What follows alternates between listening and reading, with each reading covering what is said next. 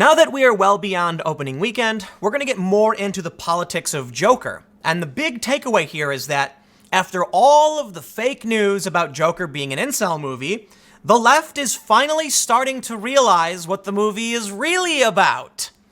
And they're embracing it. Why, The Guardian writes, Joker isn't an ode to the far right, it's a warning against austerity.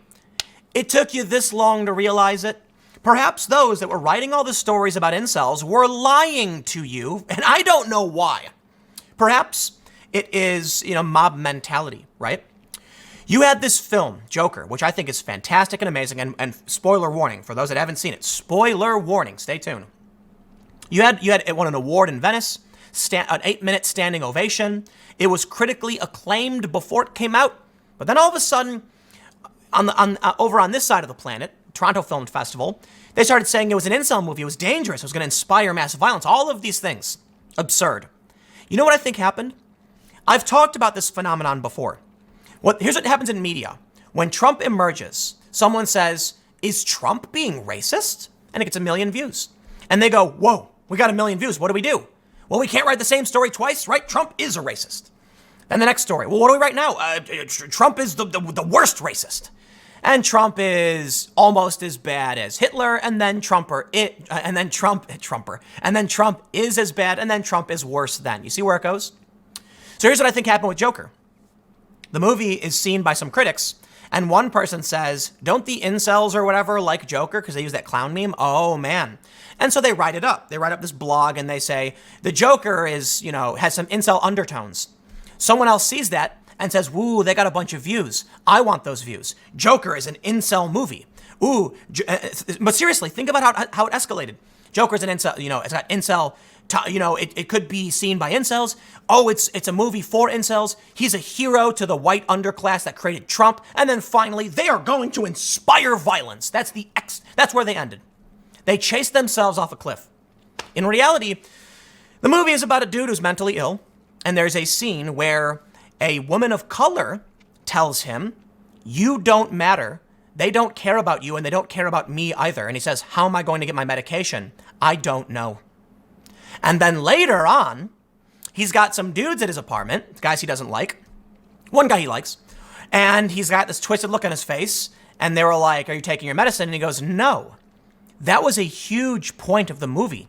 The wealth inequality was the protests. The austerity shutting down his treatment and not giving him his medication, and then he snapped and he murdered people. And they're now realizing it. You know what, man? The media is a sick, twisted beast. They lie, and finally they go, wait a minute. So this person actually can give some respect to, this Micah Utrecht, who's looking at this movie going, what? How could anybody get that from this? Thank you. I certainly didn't. Let's read. Joker isn't an ode to the far right, it's a warning against austerity.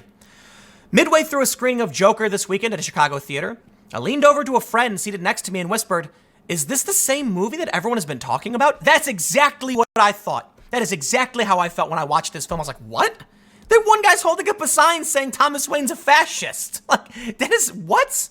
And he was the guy they're wearing clown masks. I asked because what I was witnessing on screen bore little resemblance to the ode to angry young white incel men that I had heard so much about in media coverage of Joker leading up to its release. Instead, we got a fairly straightforward condemnation of American austerity, how it leaves the vulnerable to suffer without the resources they need, and the horrific consequences for the rest of society that can result.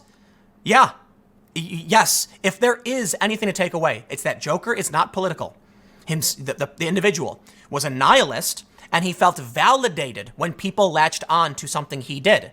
And because it made him feel validated and justified his experience, he went with it. He went with it and painted his face, and he went with it. It made him happy. He liked being noticed. That's about it. The message is so blunt that even I, a Marxist and Philistine, found its message a bit too clobbering. Thank you. How mainstream commentators have missed it and drawn the exact opposite conclusion is baffling. Maybe because they were lying for clicks.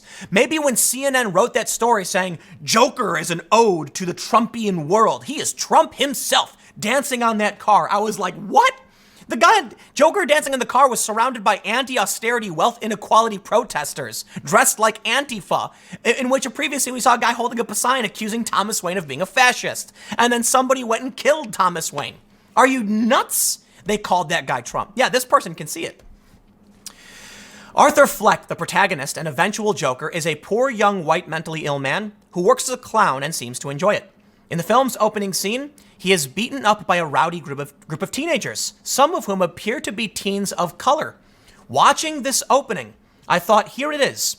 In the very first scene, teenagers running wild in the streets of New York, a classic right-wing trope in American cinema depicting a society and its racialized underclass in particular that is out of control, will soon be told it needs to be reined in by some old-fashioned law and order and cracking of skulls.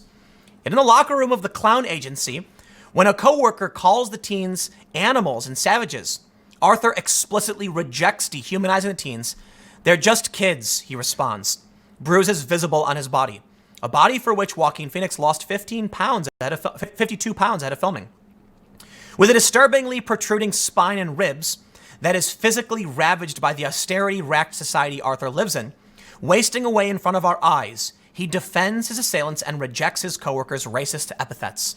Yes, that's a little too far to the left, in my opinion. Like, you're taking it a little far in your interpretation. Calling them animals or savages can apply to anybody of any race. But the fact that it's not about race, okay, it's not. It was just kids. It just so happened to be that some of them were kids of color. And he says they're just kids. Boom. They are just kids. And that they wanted to play this off. Listen, man. One article gets 1 million clicks. They push the fake narrative over and over again because they want it to happen.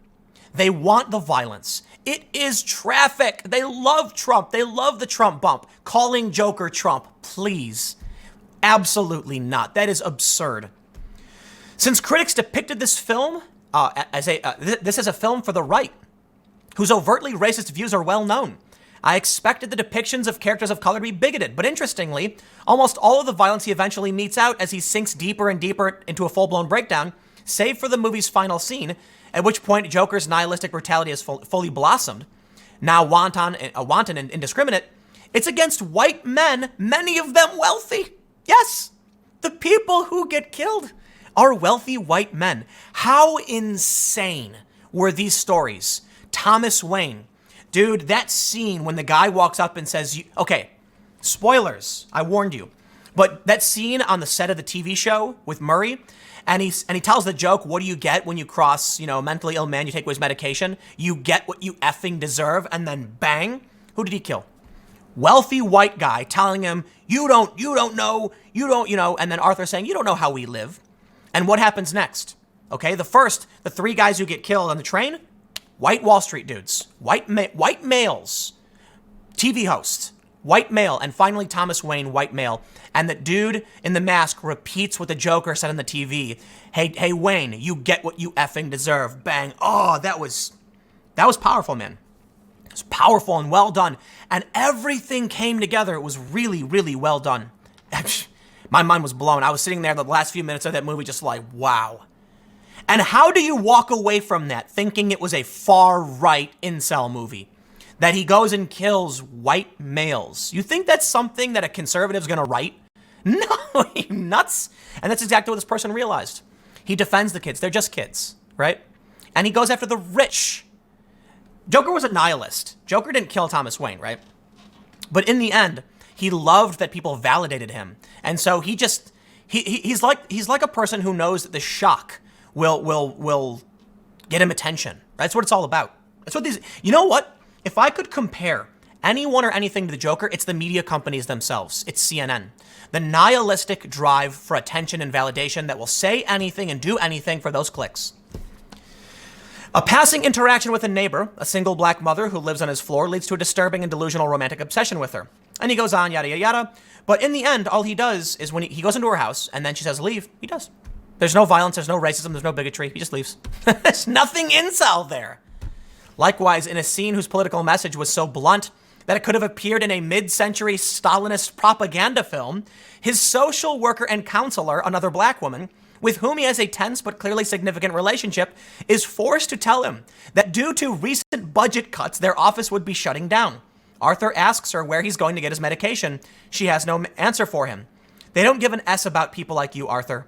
She tells him, referring to those who cut the budget, and they don't give an S about people like me either. The black female public sector worker is telling the white male public service user that their interests are intertwined against the wealthy billionaire class and their political lackeys who are slashing public services. Across racial and gender boundaries, the two have a common class enemy. Thank you. That's exactly what I saw. Listen, I don't think we need to ascribe these grandiose political messages to the film. It may have just been that they cast this woman. It wasn't meant to be anything in particular. But the point I want to make is how these people walked away with this incel narrative when you actually have a scene that this Marxist is saying could have been in a Stalinist propaganda film of a black woman telling a white man, we have a common enemy. And it's like the handshake. It's like the DSA handshake. You get it? Across gender and racial lines. They don't care about us. My mind, you know what, man? The movie was fantastic. I'm going to wrap this up. I do always try to keep these short. You guys know that. Check this out. Joker stays on top with a $55 million second weekend. The movie was amazing. It was amazing. You know, all of these things are happening. And it does kind of feel a little slow in the beginning a little bit, but it's like interesting. It's like, I never felt bored or angry. I was like, you're just watching this man live.